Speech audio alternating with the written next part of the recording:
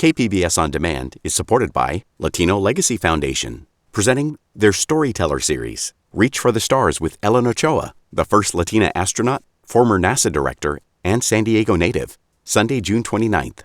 More at latinolegacyfoundation.org.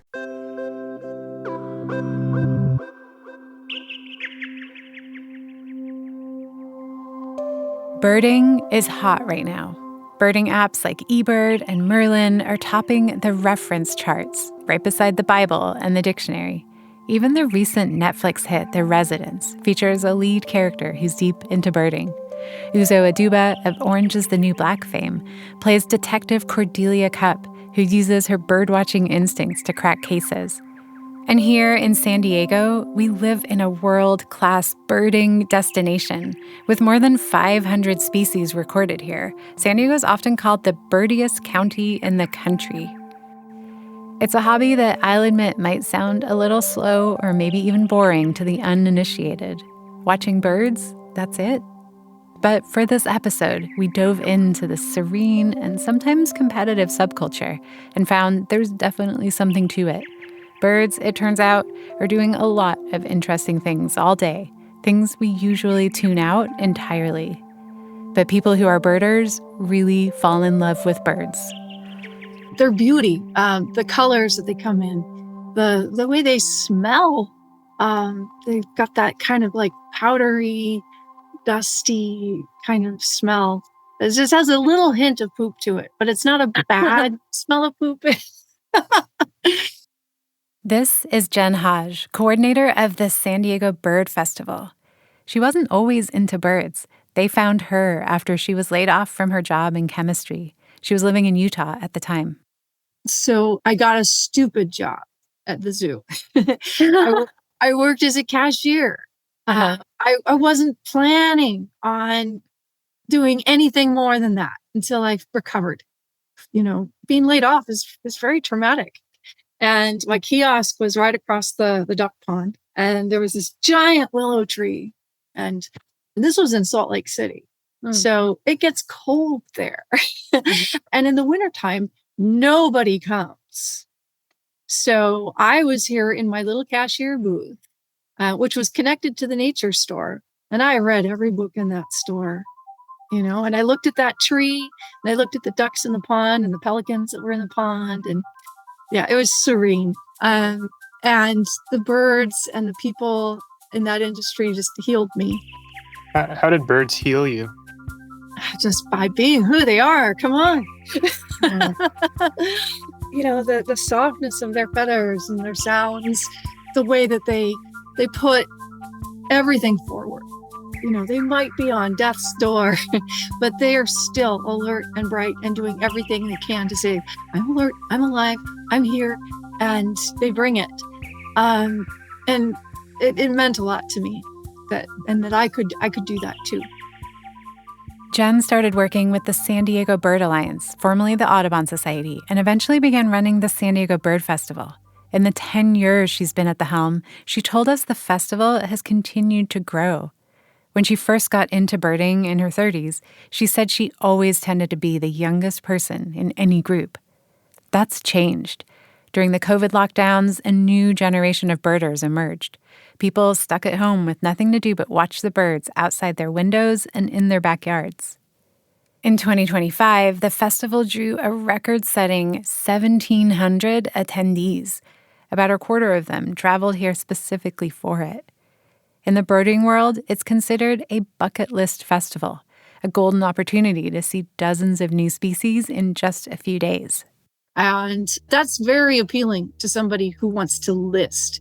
So there's this group of birders, they're serious birders. And they call themselves listers. Is there a competition element? I've heard of like challenges where it's like in a certain period of time, everyone tries to find as many. Yeah, there's the annual big year competition that people do where they're trying to see the most birds in a single year. At the Bird Festival, we have a field trip that we call the 100 or more field trip, which our goal for that trip is to see 100 species or more in a single day. A mad dash across the county to see 100 birds in just a few hours? That got my producer Anthony intrigued. I think it might be cool to go on one of the 100 or more days. Oh, I'd love to have you come along. It's pretty amazing. Today on The Finest, Anthony takes us on an adventure to find a lot of birds doing some pretty wild things. Along the way, we'll also meet some humans who are so hooked on this planet Earth level drama unfolding in the skies, beaches, and trees of San Diego that they've structured their lives around watching it.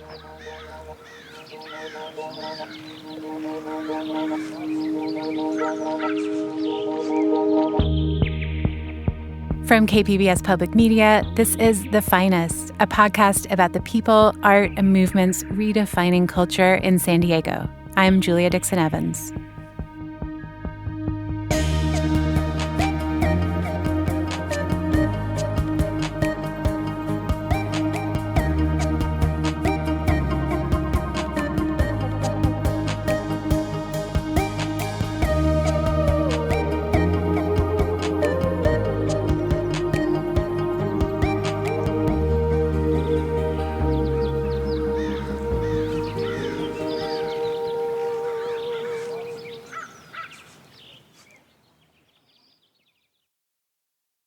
KPBS On Demand is supported by Splatero, helping homeowners pay for home improvements by offering streamlined access to your home's equity with no additional monthly payments or new debt. Splatero provides a lump sum payment in exchange for a share of your home's future value. Pre-qualification available at splatero.com.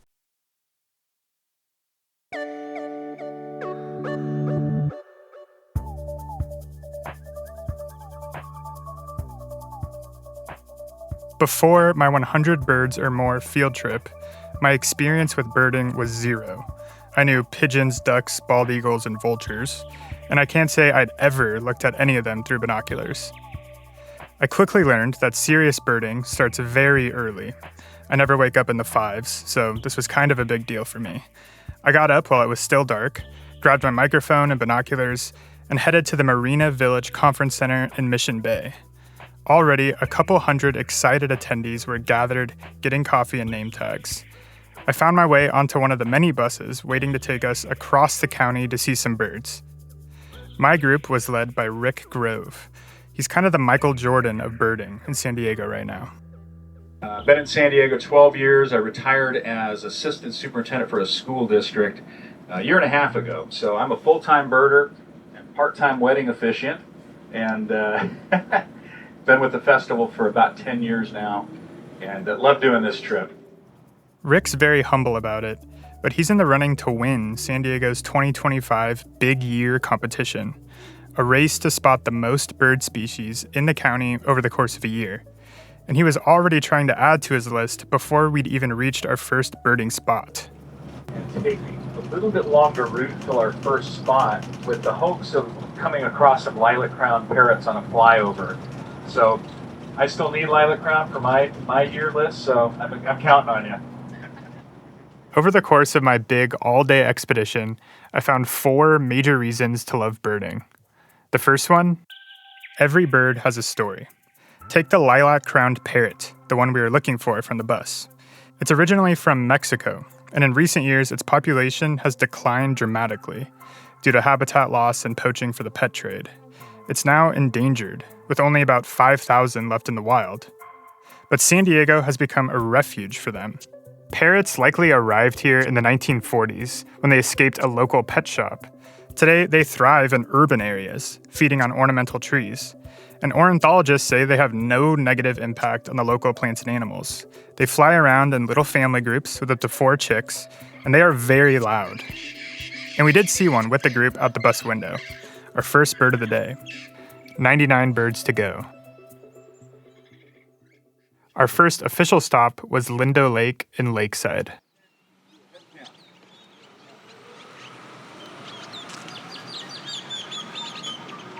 It was crisp, cool, and sunny at 7 a.m. And we didn't even make it out of the parking lot before everyone had their binoculars and scopes out, staring into the trees. I tried to follow along, but honestly, I had no idea what was going on. So the tricolor blackbird, white shoulder, not yellow, not orange. Everyone was getting really excited about something called the tricolored blackbird. I tried to spot it, but they all looked like birds to me. Is that one of them, or is that a larger? That's a great-tailed grackle up in this next tree. So that's a larger, longer tail. So the blackbirds just left. They did leave. There's one little. That's a yellow-rumped warbler that just went to the left there. Now I know that mistaking a plain old yellow-rumped warbler or a great-tailed grackle for a tricolored blackbird is like mistaking a Honda Accord for a rare vintage Mustang. But the vibes were great, even if I couldn't keep up. People would freeze mid-sentence at the sound of a chirp or point excitedly at a barely visible blob in a tree. All day, my head was spinning from the sheer number of bird species mentioned. So you can get a taste. Here's a compilation of just some of them. Song sparrow, obviously you're here. Black phoebe just flew in at 9 o'clock. The male phainopepla is still at the top of this right tree. Neotropic's the farthest left. He's got his wings outspread. Yeah. We got a woodpecker. So there's a bright male yellow rump and a Townsend's. And there's an orange crown warbler in there as well on the back. That was Wilson's? Or Townsend. It's a red-shouldered hawk. Okay, red-shouldered. Okay, cool. Beautiful male Allens. What's that? Black crowned night heron. Kaltoe up under the oak tree. that's the Cooper's hawk. I heard a California scrub jay. Titmouse, Titm. The close ducks are gadwall. There are western grebes. Say's phoebe again is perched at like 10 o'clock. The words just go over my head, yeah. Okay, there you go.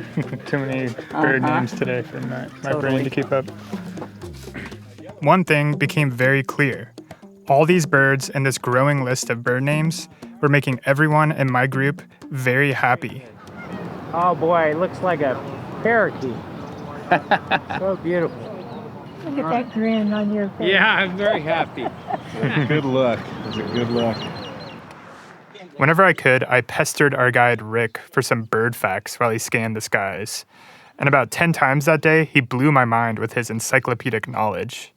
Down near the water at Lindo Lake, he told me about a colony of cliff swallows that's so precise with its migration that it arrives in town every year on the same day. Cliff swallows. That colony converges about March 17th, yeah. Okay. Yeah, in Carlsbad. That's crazy that it's the exact same day. It is amazing. Yeah. I used to have hooded orioles that would arrive on the same day in my yard. I've moved, so I don't know if they still do, but the fidelity they have to where they come to breed is just astonishing. Just like their sense of direction and time. It's astonishing. Yeah. Mm-hmm. There's an Allen's hummingbird again sitting on top of the tule, another nice male. See that green back? That generally is reliable for Allen's. Just about every conversation with Rick was cut off like this by a sudden bird sighting. And Allen's hummingbirds have an almost aquamarine colored back. These tiny birds weigh about 1/10 of an ounce. Some of them spend summers as far north as Oregon and fly their tiny bodies all the way to central Mexico in the winter. This one could have been on his way back up north for the summer. And once we spotted him, Dorothy, another member of our group, sprang into action with her camera. What did you get there? The Allen's eating a bug. Let's see if I can pull it up for you. Oh my God. Wait. It's in his mouth. It's like... This is 30 frames a second. You can really only see what hummingbirds are doing with a super high-speed camera like Dorothy's. They flap their wings up to 80 times per second. Their hearts beat up to 20 times per second. That's a heart rate of 1,200 beats per minute. To them, we probably look like koalas moving in slow motion. They're fast and fierce, and they're one of the hardest birds to photograph, so it's a super challenge. Okay. So I have them dueling and... Like action. Yeah, and fighting one another because they fight. They're territorial. The Aztecs used to call them little warriors because they're kind of like that, even though they're tiny. I hate to crack a whip, but we got a lot of stops we got to make today. If we're going to get to your number, we got to move. We saw something like 50 birds at Lindo Lake, a great start. Our next stop was nearby El Monte County Park, at the base of El Cajon Mountain. It was quiet and green, with hardly anybody around to drown out the bird sounds. And here, Rick was laser focused on a single elusive bird that was rumored to be in the area. There was an eastern phoebe not reported since January. Anybody finds me that eastern phoebe, you get free beer. Oh. That eastern phoebe, only one person has in the county so far this year, and it ain't me. When I spoke to one of the younger birders in our group, I started to understand why Rick was so determined to find the eastern phoebe. What's your name? Samantha. Samantha? Yes. Good to meet you. You as well. How long have you been birding? Probably a year and a half. It's kind of addictive in a way. You now, like, especially with all the tools, eBird and Merlin, like, you want to get to 100 species. So the addictive part is like getting new birds, like building your list? Yeah. Okay. It'll hopefully go up and continue each year. Like Rick right now is number one. He has the most species in San Diego logged on his eBird. Wow. And then there's... For this year? Yes, for this year. Okay. And I think the record So he's the champion? Yes, at this moment in time. Or he's in the lead? Okay. Yes. And I think like in San Diego, it's above 400 is the record. Yeah. Okay. I wonder if he's going for the record. Probably. I don't know. Yeah, I don't know. That would be a question for him. After about an hour of wandering, I noticed a group in a clearing excitedly looking at a tree. This was the big one. This is an eastern phoebe. This is the only one in the county this winter, and it's only been seen once this year. And I've been here like a half dozen times looking for this bird. So This is your first time seeing it? Yeah. Nancy Christensen saw it here in January, and I've been chasing this little devil since. This guy's got a dark cap and I see it. kind of a faint yellow under the throat and the belly. Oh, cool. Very cool. So what's your count on the year then? I think that's 282, I think. Samantha told me that you're in the lead. Yeah, but that doesn't mean anything. Does it matter to you? No, not being in the lead. It's about seeing as many as I can, seeing what I could do in a year. Would you like to break the record? I have, it means, that doesn't mean anything to me. The record wouldn't mean anything. Two of my good friends are the current record holders. Oh, really? And so I'm it's just not something I think about. But if you broke it, it would just mean that you saw more birds. Yeah. It would mean I got really lucky. I spent a lot of time outside and I had a lot of help. That's all the record would mean. So at 282 species, Rick is well over halfway to the one-year record, which is 409. And he's bashful about his number one ranking this year. But you can probably tell just from the audio of him in action, he is a master at spotting and identifying birds, both by sight and sound. The eastern phoebe itself is physically unremarkable. Small, gray, and I guess kind of cute. But what makes it so special here and difficult to find is that this is not its natural habitat. It's what birders call a vagrant, a bird that for some unknown reason migrates somewhere totally different from the rest of its species. This is my second big takeaway about birding. Bird migration is mind-blowing. Yeah, this bird does not belong here. It's an eastern phoebe, so eastern U.S., Okay. East of the Rockies primarily, yeah. So is it a migratory bird or is it just... Yeah, it's migratory, and it just went the wrong way for winter, It didn't go far enough south, it went west instead, What? Bird migration is, as much as we know, it's still a big mystery, Is this the only one in San Diego? Yeah, this year. Mm-hmm. So it's just by itself? Mm-hmm. All right, let's hit the bus.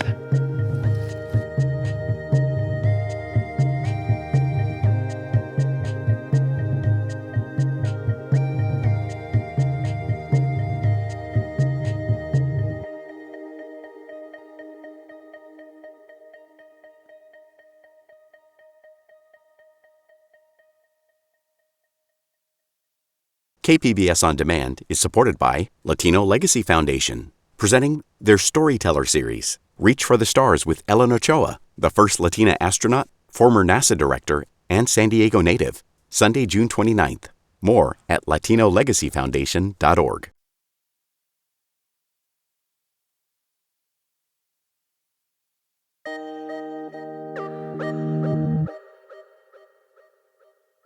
Okay, Anthony, let's pause, debrief for a second. You're about halfway through your birding adventure at this point. What were you thinking? Yeah, so I think I started out more interested in the people, the birders. And like the birding part was just entirely overwhelming. I just could not keep track of the birds or like really see the right ones at all.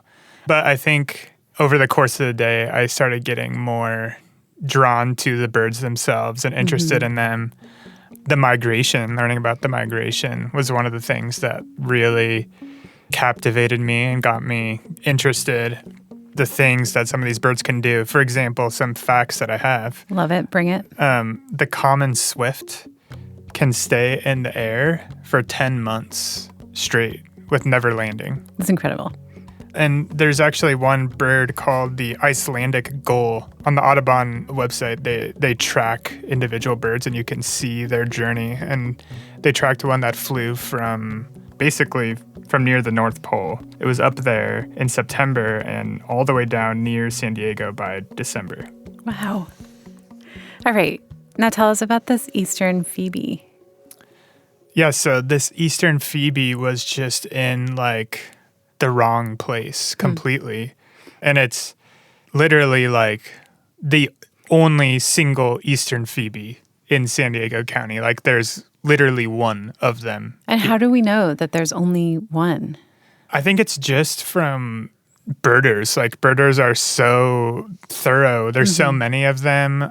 They're all scouring the whole county, taking pictures, telling each other where they find these things. And it's like, there's only been one spotted this year, and it's been in this same area every time. So it really seems like it's literally just this one individual bird. And that is one of the most incredible things I learned from Rick about these vagrants is they often will return like to the exact same place every year. There was a thick-billed kingbird, which is a southwestern specialty. You've got to get into like southeastern Arizona to see those typically. And we had one that would come back to the same little green belt in Chula Vista. I think it was 14 consecutive winters. Just like clockwork. Same tree, it moved around a little bit, but it was just amazing. Wow, okay. So these vagrants actually know what they're doing. Yes, they're not just kind of aimlessly wandering. And actually there's been some new research into vagrants. Like vagrants have been kind of like a mystery for a long time. Previously people had thought that vagrants had like some kind of problem, like their navigation system was broken. Right. They're confused. But now there's this new way of looking at them as explorers, where they're really performing like an important function for their species, where they're basically going and looking for new habitats. Like a scout. Yeah, like a scout, like to test, like, will this work for us? Because always, the climate and like ecology is shifting and changing. So it's important, but especially now, it's happening faster with climate change. And that's another interesting thing that I learned is that bird habitats are dynamic. Like they change quite a bit. And one of our guides, Mark, he's been birding in San Diego since the 80s. And he's seen the shifting dynamics of certain birds coming and going through San Diego. I've seen a lot of trends in birds in general, like population shifts and things like where we used to never get yellow-crowned night herons, little blue herons, reddish egret, tricolor heron. You would never see that here. And then all of a sudden, started coming in one by one. They started seeing one, and then now the yellow-crowned night herons have a breeding population, and now the little blue herons have a breeding population. And I remember when there was no great-tailed grackles here. They were something that was south and east of here, and all of a sudden they started showing up in the county, and now they're everywhere. That's just cool. So vagrants are not technically lost. No, they're not. And yeah, you heard Mark, like, there's a pattern, like one shows up and then a couple more, and then they decide, all right, this place works. And yeah, Rick did correct me when I used the term lost. Yeah, I mean, lost suggests that it didn't come here intentionally. It isn't the normal migratory path. Okay. We don't know why they're here. When a bird is not where it's expected, we don't know why. And, the stories of some of these birds that travel 6 days without stopping, shutting down one half of their brain at a time, one hemisphere at a time. There is nothing as amazing, I don't think, in the animal kingdom as bird migration. Okay, tell me more about Rick. I already love him. And you spent the entire day together. So yeah, what did you think of him at first? He's an awesome guy and a great guide. Like, I found it just mind-blowing how he was able to pick all these distinct birds out of the sky. But yeah, he's very humble. You can tell that he kind of like resisted bragging at all about his bird count, although it was very impressive to me. I just thought it was very interesting how well he was doing in pursuing the record. And like getting to 400 birds in a year, it really does take an outrageous amount of birding, just an extreme dedication. This year, I've been out all but 3 days. I've seen most of the sunrises this year. Yeah, from the desert to the sea. I guess I also just really love the idea of listing. Tell me more about that. Yeah, I think listing is like the element of birding that's kind of reminds me of Pokemon, where you're like going out in the world and trying to capture all these different cute little things. Yeah, cute, cool, interesting little things. And there's rare ones that are like extra special. And yeah, you have your collection that you can look at and show off, keep track of. I mean, the apps are like amazing. Like we can go on right now and like look at like everything Rick has seen recently. But yeah, listing, it can be very intense, I think. But Rick is, as we've heard, like very chill about it, and he's emphasizes that the birding community in San Diego is very collaborative. He made a point to say that it is not like the Owen Wilson movie about birding, which in which they're very competitive, sabotaging each other. I think it's called The Big Year. In reality, it's much more of a chill vibe. But there's certainly listers that do take it to an extreme, and we'll hear about some of them. All right, let's get back to the birding.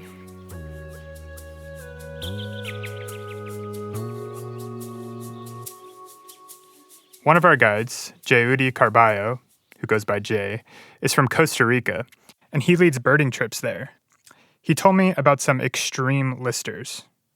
I remember the most extreme case was 3 guys from England. They were going to be there for a week, and all we had booked was me and a rental car. And basically, they were going for 11 species. That's all they needed. Okay. Because their life list was already in the thousands. Wow. And they had been to Costa Rica before. And so they just were missing those 11 that they needed. And it was worth a trip just for 11. Exactly. Yeah. And basically what they told me is like, we don't care if we have to camp or sleep in the car. Or if we have to go and pay the most expensive room in the Four Seasons. If that's where we get the bird. We don't care. Get the birds. We got 9 out of 11 and they were not happy. So yeah. Not very relaxing. Exactly. There's a lot of stress. Are you a lister? Yeah, I am. I mean, like, I have to because I'm a guide. Do you know what your life list number is? 1900 something. Like that's all. Yeah, getting close to 2000. Wow. For context, it's estimated that there are about 11,000 bird species on Earth, so Jay has seen almost 20% of them. The number one birder in the world has a life list of 10,000. But even with all the rare birds Jay's seen, his favorite birding moment in San Diego was seeing a common one. The Allen's hummingbird that we saw earlier has an orangish neck, but the Anna's hummingbird, it's more of a bright pink. I think the first time I saw an Anna's hummingbird, that then I learned was super common, but yeah, that happens a lot. Like a lot of the good birds are just common, so people they are kind of underrated. But yeah, like we have over 50 species of hummingbirds in Costa Rica. But when I remember we're by the Tijuana River estuary, and there was one Anna's hummingbird, a male, sitting like really close, catching like the light in the right angle, so it's just glowing. The whole thing was like like the head was, yeah. But every day out is always a good day. It's an amazing world. You can do birding no matter where you are. And then once you get in that world, it can be dangerous because then you want to see more. It's like, whoa, whoa, whoa.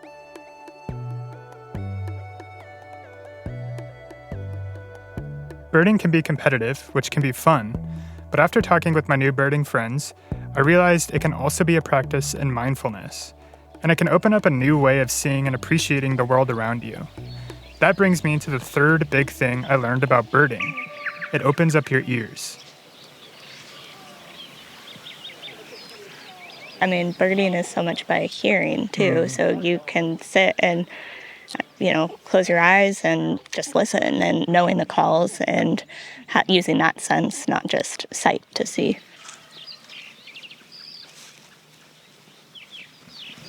What are these sounds mostly right now? This is larkspur. Obviously, we have crows over here, if anybody missed that earlier. You're crows, not ravens?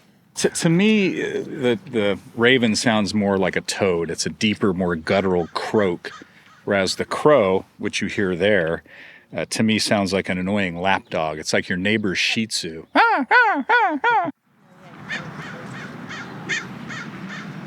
So you can't picture your neighbor's Shih Tzu when you hear that? That's a great way to remember.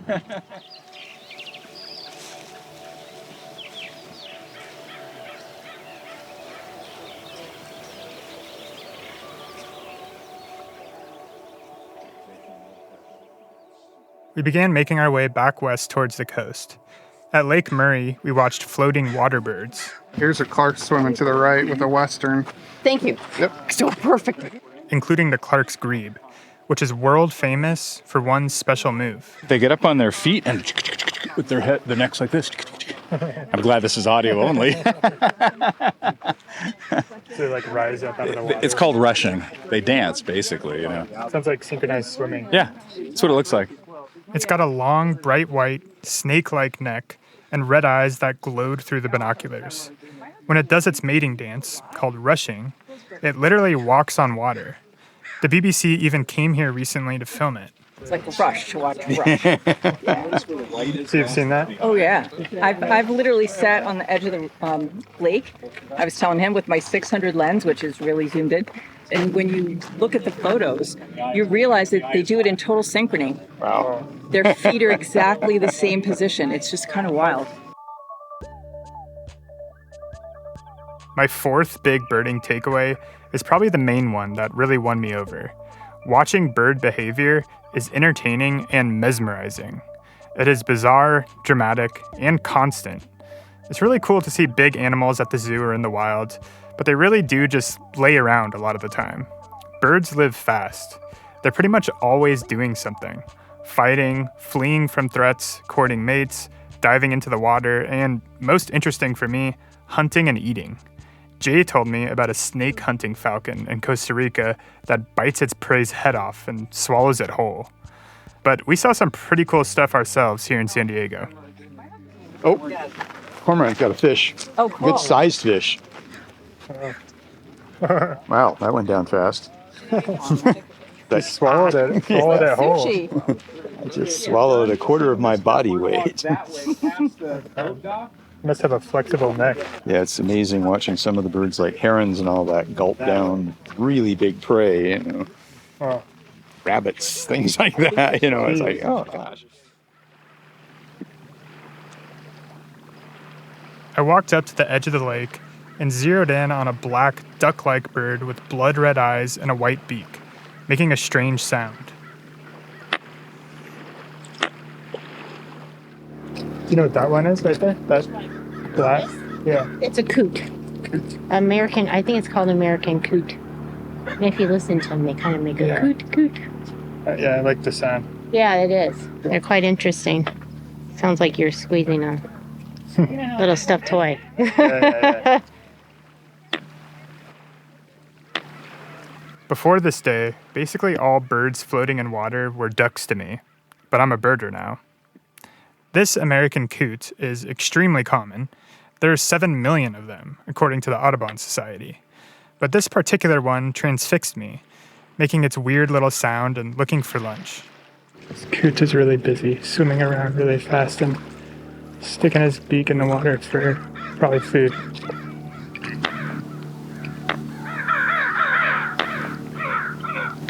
The coot. Oh yeah, we're heading back to the bus. Oh, okay. Yeah, coots are quite common, but they're really kind of cool. Yeah.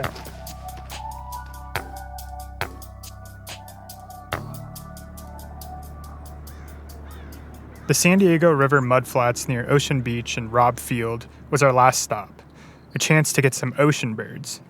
By now, we were well on our way to our triple-digit bird count goal. I'm going to guess we're at about 92.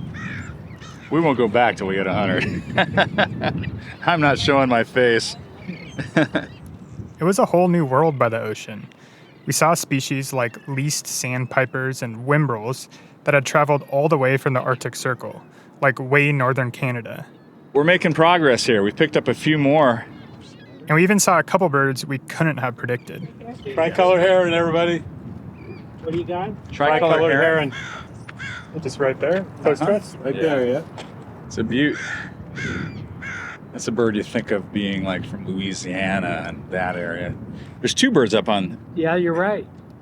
So we may have the tricolored and the reddish I think we do. in the same frame. So the one in the water to the left is reddish egret. Yeah. And then on the right side is tricolor, the heron. They're going to be right next to each other. Reddish on the left, tricolor on the right. That's a shot. The reddish egret, like the tricolored heron, is also normally found in the southeastern U.S. Apparently, these 2 out-of-towners were hanging out together. It's doing its dance down there in that wide part there. Where's the dance? Or? If you step to your right, you'll see. Spreads its wings. Yeah, it kind of forms an umbrella. Oh. And some fish come into the shadow, right? Drawing the fish into the shade? That's part of the strategy, yeah. Oh. Yeah. Oh. It's crazy. The tricolored and the reddish, both with their bright bills and long necks, were doing this dramatic hunting dance together.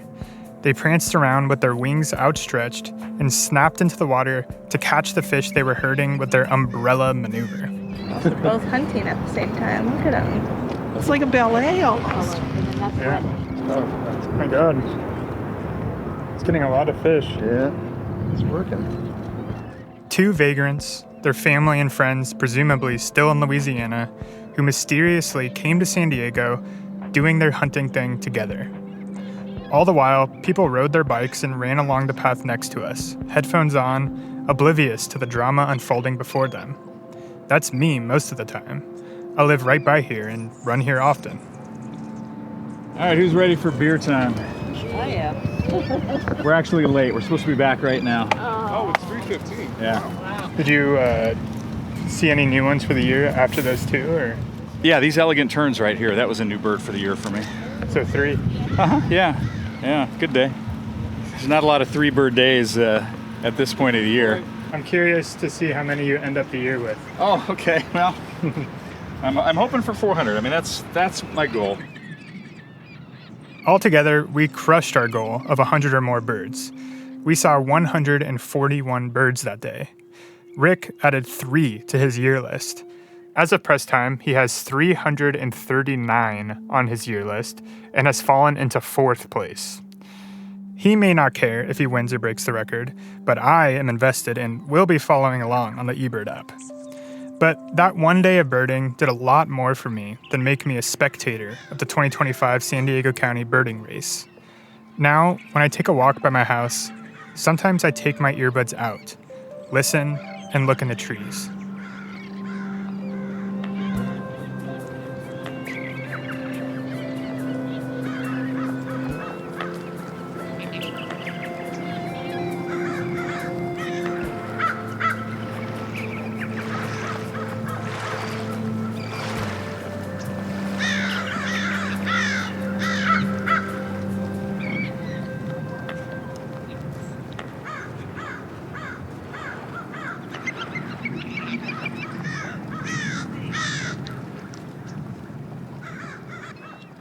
Special thanks to Jen Hodge, San Diego Bird Alliance, the San Diego Bird Festival, Rick Grove, and all the guides and participants on Anthony's 100 or more field trip. And to the eastern phoebe, tricolored heron, and reddish egret who bravely flew all the way to San Diego. You can find pictures of the birds we mentioned in Anthony's A Day in the Life of a Birder video diary and more at our website at kpbs.org/thefinest. Thanks so much for listening. If you enjoyed the show, please leave us a rating on Apple Podcasts or wherever you listen. It really helps new listeners discover the show. And best of all, if you can think of anyone in your life that might like The Finest, please share it with them.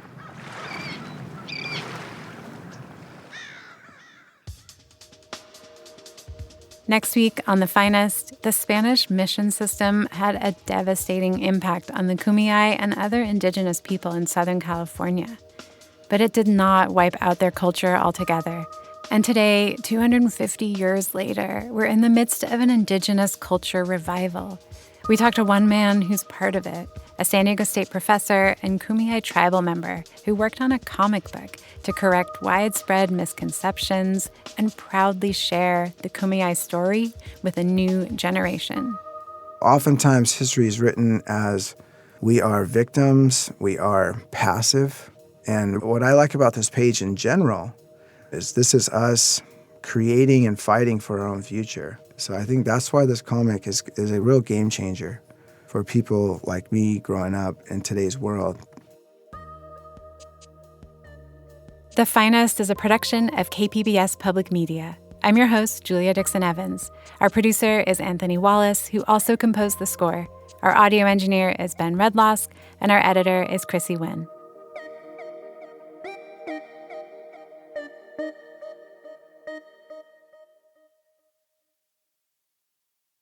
KPBS On Demand is supported by Latino Legacy Foundation, presenting their Storyteller series, Reach for the Stars with Ellen Ochoa, the first Latina astronaut. Welcome Serenade by the all-female mariachi Amapolas, Sunday, June 29th. More at latinolegacyfoundation.org.